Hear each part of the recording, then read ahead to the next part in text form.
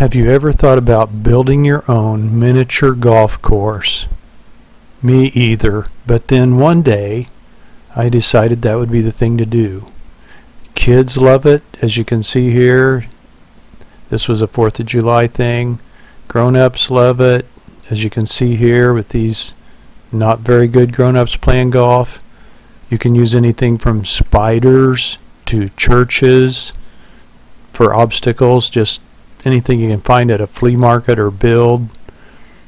Just has to be heavy enough a golf ball won't move it, like these brass teddy bears that were bookends.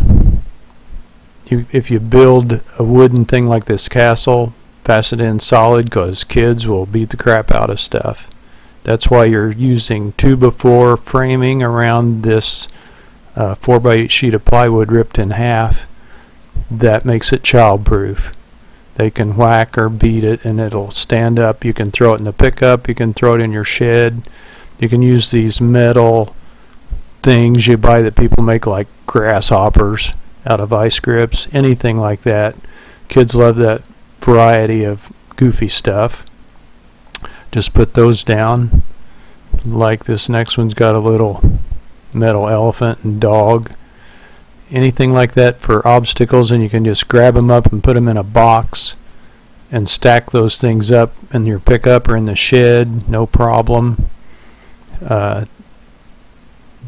Get your golf clubs at thrift stores for $1 or $2 a piece. Your putters, keep an eye out for kids' putters, because you want some short ones. I've even made some by cutting the handles down, and then you can lay it out any way you want, round in a circle or out and back. It's just fun to put this stuff down, and then you'll see how much fun it is, and you too will be able to make everybody happy, because they can play miniature golf and make a hole-in-one. Yay.